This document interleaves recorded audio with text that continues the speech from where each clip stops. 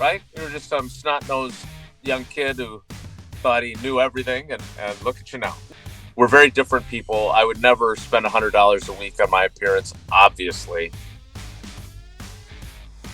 A weekly pulse on all things green and gold with the three-time Wisconsin Sports Writer of the Year, Jason Wilde, ahead of Packers-Bears coming up Sunday at Lambeau Field. First place in the NFC North is on the line after the Packers have now won 3 in a row, including a big win on Thanksgiving on the road at the Lions. 8-3-1 all of a sudden. Oof. It feels like the tune and the tone of our Packers conversation has flipped quite a bit in just a month, Jason. And I don't mean just specifically me and you. I mean like Packers fans overall.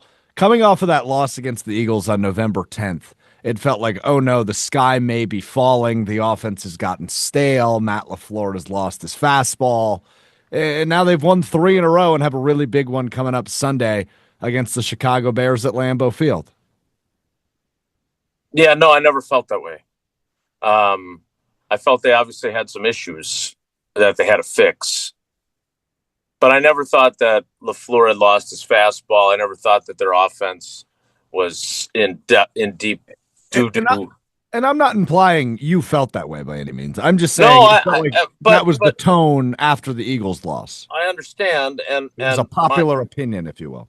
Yeah, and we've talked about this a bunch. Like, this is why I try to do the job the way I do the job. Like, look, let's be honest. Things could have spiraled. Yeah. They could have. It's not out of the realm of possibility. But they got too much talent, and their coach is too good of a coach. And, you know, people asking if you're coaching for your job. And, I mean, you know, look, I got a ton of respect for the guys that cover the team. But I personally thought that was premature. Like, they'd lost back-to-back games. They were 5-1-1. They had a bad loss against Carolina, which doesn't look as bad now, by the way. That's true. And they had a bad loss against the defending Super Bowl champs. Their offense was struggling. But, like, I was exasperated by some in the sports conversation space who didn't seem to understand that when your head coach comes out of Pittsburgh saying we would be crazy not to run the offense through Tucker Kraft, and then he loses Tucker Kraft 2.5 minutes into the second half against the Panthers, which, by the way, do we really think they lose that game if they have Kraft for the entire game? Like, I think they probably win an ugly game 20-16 or whatever it is. So I never thought the sky was falling. I acknowledged the possibility that it could fall, but I never really saw that. Especially, they have a defense that's going to keep them in every game, right? I mean, you know, they gave up 24 to Detroit. That feels like an accomplishment. Now, they lost Amon-Ra St. Brown in that game. So, again, let's be fair. Is that offense different when it has their best wide receiver? Jameson Williams stepped up huge. So there were other reasons for them to be productive. But I still don't think they're going to win the Super Bowl. Like, I don't think that's an unreasonable position to hold. And I also think that they're still capable in the last 5 games of a couple of ugly wins and maybe a clunker that they lose. I don't think they're necessarily going to run the table and win 8 straight going into the playoffs. If they do, what a great story. What a great job by Matt LaFleur when his job was on the line, right? And so I'm super curious to see how this unfolds. But I look at the Bears and I find myself thinking, if the Packers are who we think they are, then and they're at home, if they played this at Soldier Field first, would I maybe have a different opinion? Maybe. But like the Bears point differential is +6 on the season. And that was because they beat the Eagles by 9. Going into last week, it was -3 at 8-3.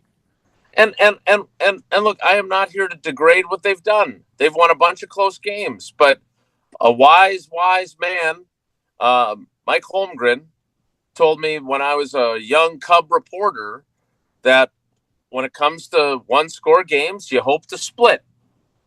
Just like he would say, you win all your games at home, you split on the road, you're 12-4, you're probably going to win your division. Well, here's the thing. The Bears are 6-1 in one-score games. Like, if they were 4-3 or 3-4, their record is different. The Packers are in first place in the division.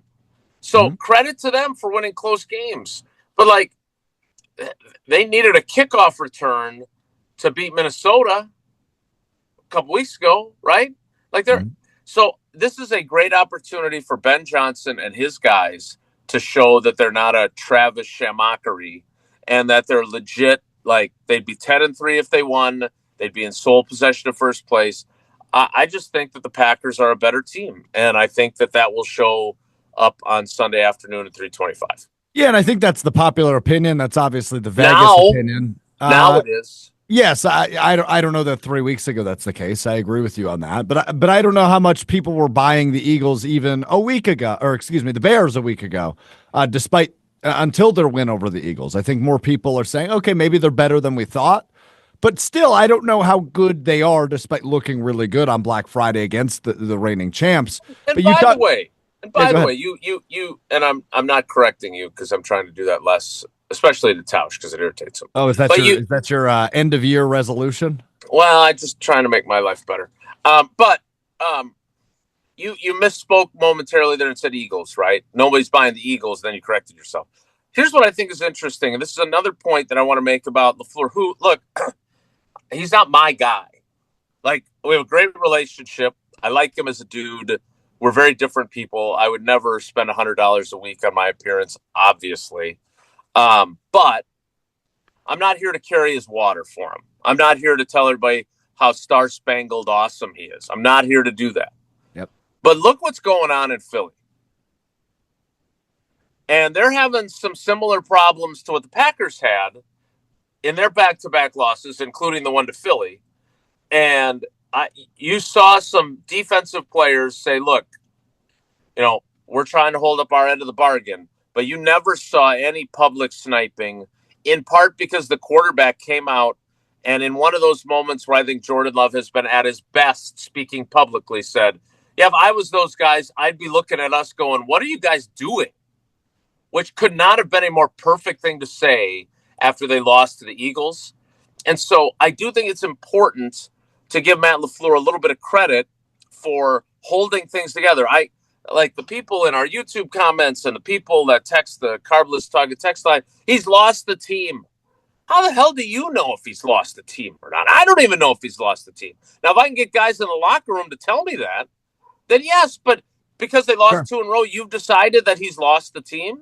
Yeah. So it would appear Nick Sirianni has now gone through this multiple times.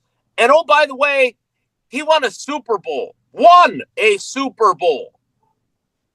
Yeah, in between. It seems like it's an every other year thing for Philly. They go to the Super Bowl and lose, and then the following year they start 10-1, lose 5 of their final 6. Well, really 6 of their final 7 if you include the playoff game in 2023.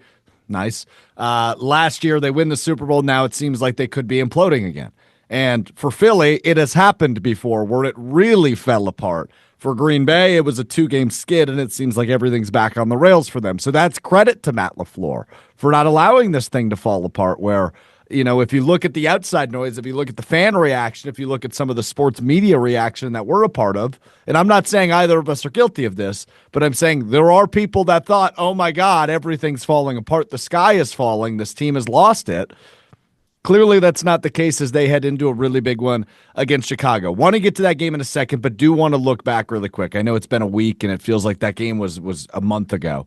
But viewing what they did on Thanksgiving, going to Detroit, having complete control of that game throughout. It was like a 10-point game, pretty much the entirety of the game. And then obviously the late field goal by Detroit made it a 7-point win for Green Bay, 31-24. I know we talked a lot about complete game, complementary football. But I think coming off of back-to-back divisional wins against Minnesota and Detroit, it feels like the Packers have finally put together maybe not perfect complete games, but their 2 most complete games in back-to-back weeks. Is that a fair evaluation of where things are at? Yeah, and they won in 2 different ways, right? Their Definitely. defense dominated an overmatched young quarterback. Their special teams delivered a huge turnover that was basically the knockout blow in the third quarter Correct. against the Vikings. They took the air out of the ball. The pre-shot clock era of the four corners of Dean Smith to run the clock. I mean, they won it that way, and then they won where they had to go for it on fourth down 3 times, got 2 touchdowns, and a game-clinching completion, which, by the way, this is, again, why the NFL is A, king, and B, why it's such a crapshoot from week to week, because every game comes down to like 4 or 5 plays. There's like 140 plays in a game, right? If each team runs 70 plays, and it comes down to 3 or 4 of those. And the Lions were 0 for 2 on fourth down. The Packers were 3 for 3. Like, flip-flop that, or the Packers lose. Totally. And look, as good as their defense is, shows how good Detroit's offense is. Like, you mentioned it was a 10-point game. It would be a 10-point game, that'd be a 3-point game. Then it'd be a 10-point game, then it'd be a 3-point game. I think 5 out of 6 series, they traded touchdowns. Yeah. Like, that was a great, entertaining game. It was a really good game. I want to thank everybody at Aunt Cindy's house for helping me do my job that day. Well, hold on. We got to unpack that. So you were watching the game with other people? Yeah, which obviously you don't do. Yeah, no. Again, I don't. I want to be very clear. There are days when I have FOMO of not being at games. Okay, after 21 seasons of covering every game, preseason, regular season, postseason, scouting combine, NFL meetings.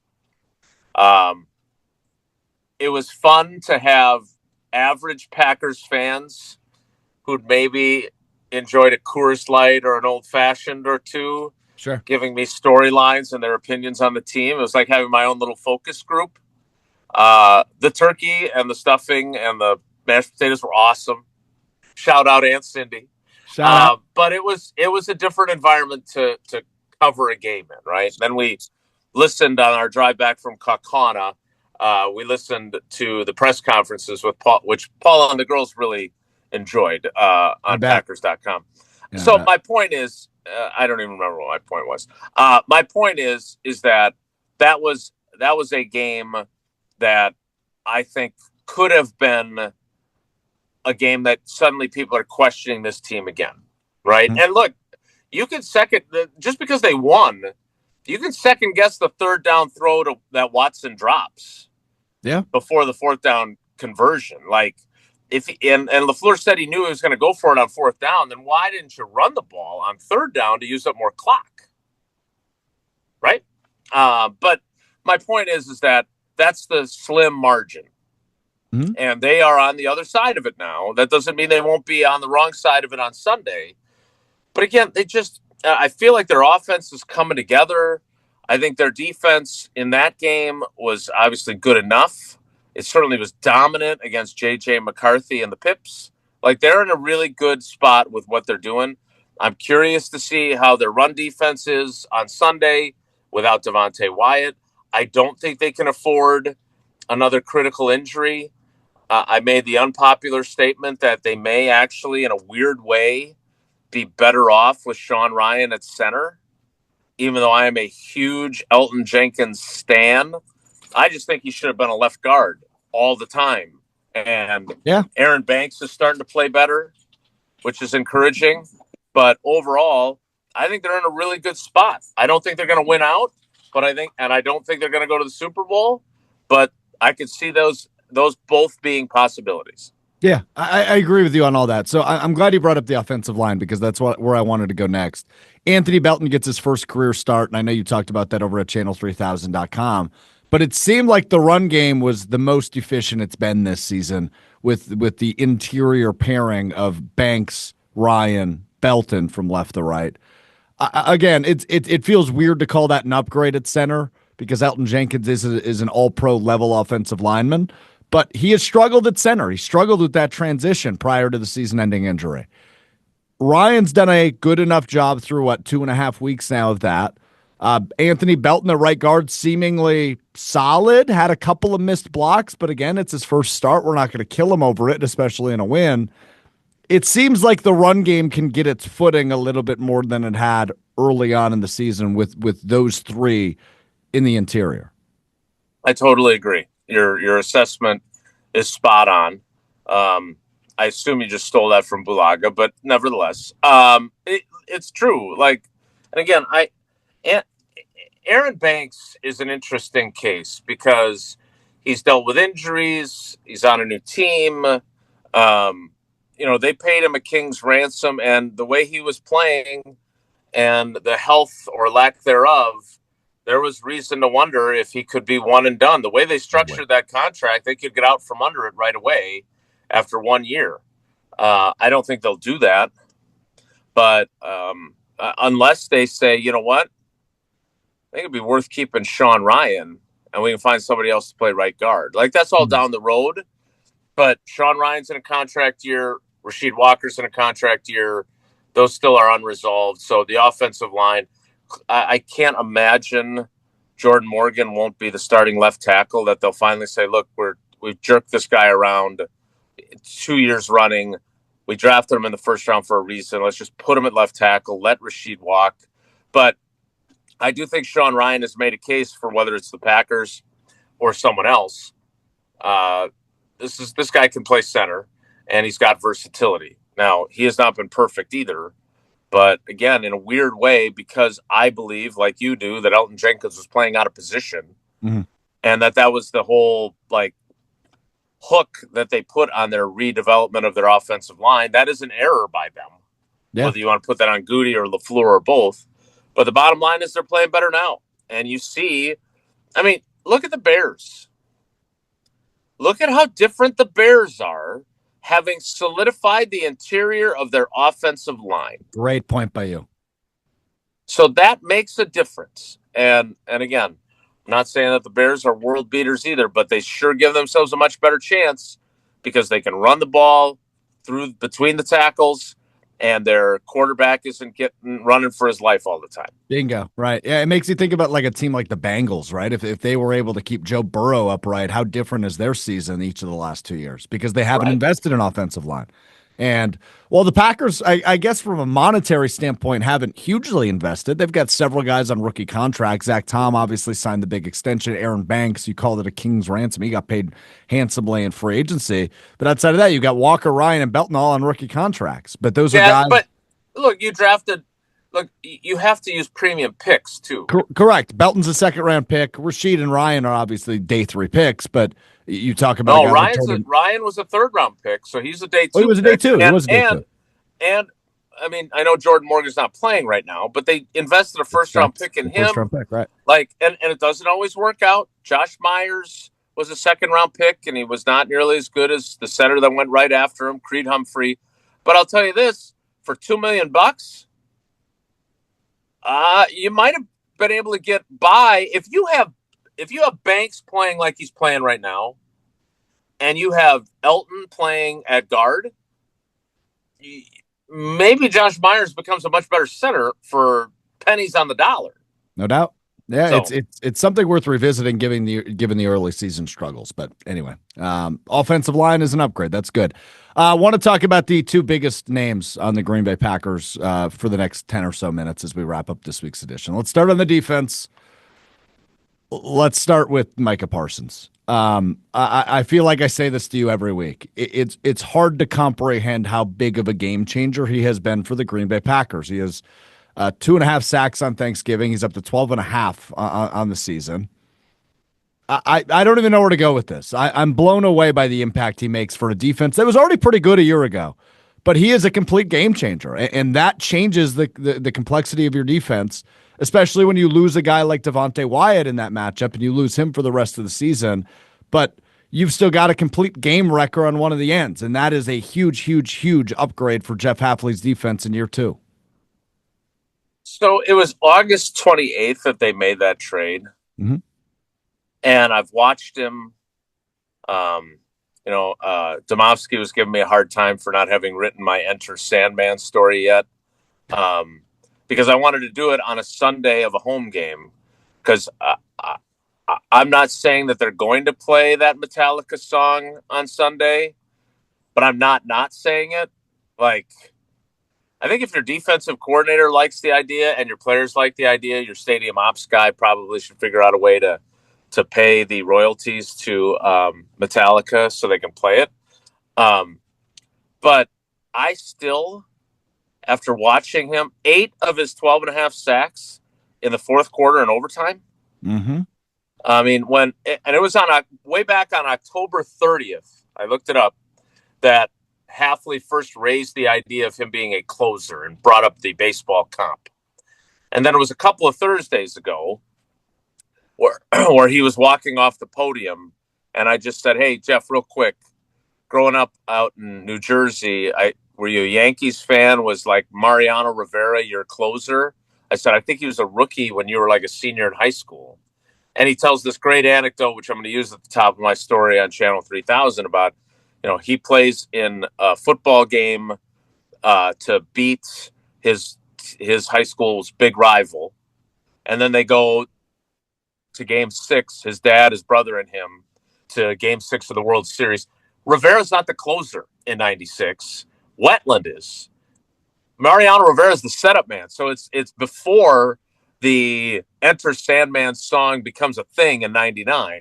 But he's such a baseball guy that's how his brain was working while obviously watching Micah Parsons.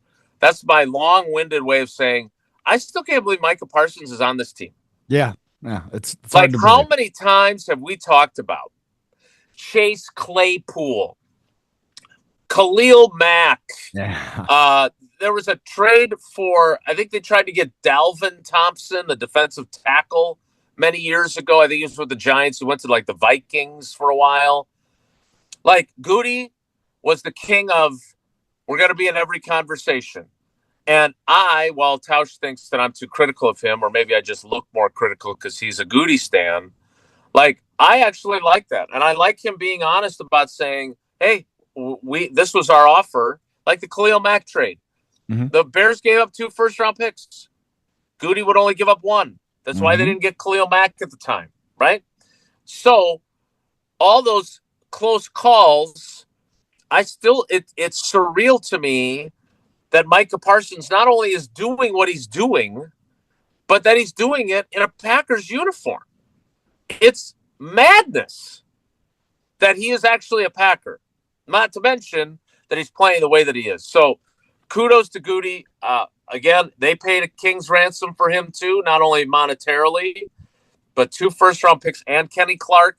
Now, we all agree, no matter how much we all love Kenny as a guy and as a player, Goody was trying to get rid of that contract anyway.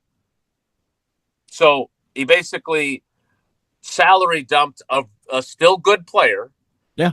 And gave up 2 first-round picks to get a guy that has tilted the field in their direction in an enormous way.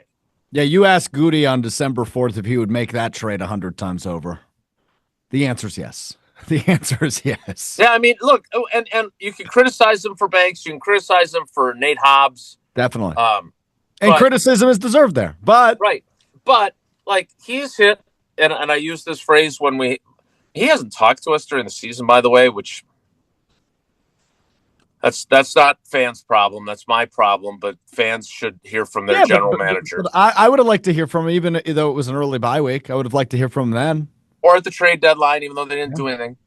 But my point is that he has hit 3 grand slam walk-off home runs with Jacobs, with McKinney, and with Parsons. Those were big swings, and he hit them out of the park on all 3. But I think it's also important to say, he's made some really smart draft picks. He's had some clunkers. There's no two ways about it. Like Luke Musgrave, who it was nice to see him get a catch, but he'd played 2 games his last year at Oregon State. They should not have drafted him. Mm-hmm. He has not been what they hoped he would be as a second-round pick. But like Evan Williams, that's the guy I was going to Evan Williams is a really, really good football player. He's going to be and they got him in the 4th round. He's going to be a Pro Bowler this year. He should be. Yeah. Both those guys could be. Yeah, that's true. Yeah, both of those safeties. Yeah, so it's you're absolutely right. But Evan Williams, I mean, that's been the draft pick that flew under the radar each of the last 2 years. He has been terrific on the back end for this defense. this year. All right, let's go to the offense quickly. Jordan Love named NFC Offensive Player of the Week for the second time this season. Throws 4 touchdown passes, no interceptions, doesn't get sacked in the Thanksgiving win over the Lions. I said this a few weeks ago, and this is not a victory lap because I don't think what I said was correct by any means. But it seems like rude. You didn't need to make that facial expression. I said I'm kind of waiting on LaFleur to cut Love loose, and I'm not sure how much he trusts him. I think the second half of that sentence is incorrect. I think he trusts him. I just think LaFleur operates an offense and wants to operate an offense a certain way. But I will say it seems like he has put the ball in Love's hands in critical situations, say 3rd down or 4th down, more so than he was earlier on in the season. And Love, holy smokes, is providing in just about every one of those moments. He has been awesome each of the last several weeks and is having a terrific season overall. What do you make of the year 3 jump for number 10? Yeah, I think trust is earned, right? I trust you most of the time. But not at first, right? You were just some snot-nosed young kid who thought he knew everything, and look at you now. No, you didn't actually act that way. But my point is that Jordan Love has deserved, really since the second half of 2023, he deserved some trust, a fair amount of trust. But the way he handled and look, I keep harping on these because these are the 2 glaring mistakes, because he hasn't had that many mistakes. He's got a very good season. Really good season. The pick in Cleveland, which Jordan Love apologists at the time blamed on LaFleur for not running the ball. You can't have it both ways there, right? Because he trusted his quarterback not to make a big mistake instead of running the ball into the line of scrimmage, and he threw a pick. Yeah, that was a big time mistake. And then the way he handled the end of overtime in Dallas, like, you can't throw that check down, you can't putz around, you got to get your guys up the line, all that, right? But he learned from that. He took those lessons. This is one of the great things about him. He, unlike other quarterbacks, although I did see the former quarterback at least taking some responsibility for where the Steelers are at, he owns that kind of stuff. Yeah, I can't make that mistake there. I respect that about him so much. It's refreshing, frankly. But he took those, and then he exhibited that, the old steno line that I used when I would be coaching, which I don't know if I have any more teams to coach anymore. Make new mistakes. Don't make the same ones. You're going to make mistakes either way. Make sure they're new ones. Mm-hmm. That's what he's done. And he hasn't made that many of those either. He's gotten away with a couple of balls he probably shouldn't have thrown. Other than that, Jordan Love has been really, really good. And my point is that he has earned more trust. Like, people thought that he wasn't, like, LaFleur wasn't trusting him against the Vikings. Like, and I didn't realize, because I obviously have the game on my iPad while I'm in the press box. I didn't realize that the narrative being created by Greg Olson was how conservative they were being without the context of J.J. McCarthy sucks. Correct. And so, like, it wasn't that LaFleur didn't trust Jordan Love in that game. It was that he's playing with a separated shoulder. Your defense is rocking it. Their quarterback stinks. You don't need to put him in harm's way and take an unnecessary hit, which he took a couple of hits in that game where you saw him get up wincing. Like, Greg Olson is 1,000 times better than me at this job. But in that instance, he was wrong. And so my point is that I don't think LaFleur's trust was as low as some people thought it was in him, but I think it has increased because he's earned more. Yeah, I agree with you on that. And a good note that has come out while we've been recording. Jordan Love named the finalist for the Walter Payton Man of the Year award. He is the Packers representative this year, which I don't think any of us are surprised by because of how good of a dude he is and all the good he does in the community, both back home in California and in Green Bay. But that was just announced within the last 20 or so minutes. So Jordan Love will be the Packers representative and finalist for the Walter Payton Man of the Year award. All right, let's get you out of here on this. You said it at State of the Packers way back in July in our trailer at Summerfest, and it's come to fruition coming up on December 7th. You want the Packers-Bears rivalry to be reignited. You want both of these quarterbacks to succeed. You want them to be the Manning-Brady of the 2020s and 2030s. And here we are, 9-3 versus 8-3-1. The winner on Sunday will walk out of Lambeau Field with sole possession of first place in the NFC. I've always agreed with you on that. I just still, as a Packers fan, want to beat the Bears twice a year or even 3 times a year, which they may have the opportunity to do this season as both teams are gearing up likely for a postseason run. How excited are you for this one? It might be the most exciting regular season Packers-Bears game since 2013 when they needed to win at the end of the regular season.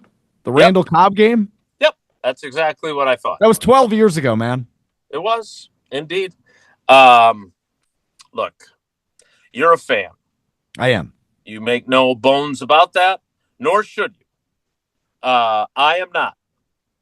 I am a fan of stories. I am a fan of matchups. I am a fan of interesting games that are compelling to write about. So I have no allegiance to Caleb Williams other than to say exactly what you just said. I think it would be really cool if they were both good. Now, if Packers fans, if there's a segment of the fan base, like Homer believes, that would just rather kick the crap out of them every year, twice a year, sure, fine, okay. 2 wins, great. I just think it's way more interesting, especially, this isn't like Packers-Jaguars. It's the longest-running rivalry in NFL history, and it feels like never have the two, since like the golden age of, in the roaring 20s, have they been good at the same time. Right. So, yeah, that's what I want. Because I don't care if the Packers win or lose. That's not my job. So, yeah, I want all the games to be like the 2013 game. Winner gets the division. And it's going to be close. And somebody's going to have the ball at the end and they can win the division on the final play of the game or one of the final plays of the game. Like, that's what I want. I make no apologies for that. And if the Packers win 31-10 on Sunday, great. If they win 31-28 and they were down 28-24 with 2 minutes left and 1 timeout, and Jordan Love takes them the length of the field, I don't know. Like, I'm not a fan. I don't know what's more enjoyable for a fan. I would think snatching victory from the jaws of the Bears' victory and your defeat would be even more fun. Yeah, that's just me. That'd be pretty kick-ass. All right, I have 2 weeks to bully you into. Are you going to Chicago? I guess I should ask you that before I try to bully you. It's not my decision. I have put in to do both Packers-Bears and Packers-Vikings. Obviously, there's some fiscal considerations, so I'm waiting to get the go-ahead from people that make those types of decisions. All right, you need my people to talk to your people. We can make that happen. Jason Wilde, you catch him on Wilde and Tausch each weekday from 9 to noon, and you can catch him on Green Bay Game Day, the 1 o'clock hour on Sunday, live from just outside of Lambeau Field ahead of Packers-Bears. Thanks, Jason. Thank you, Strouf. Take care. Be good. Very, very good.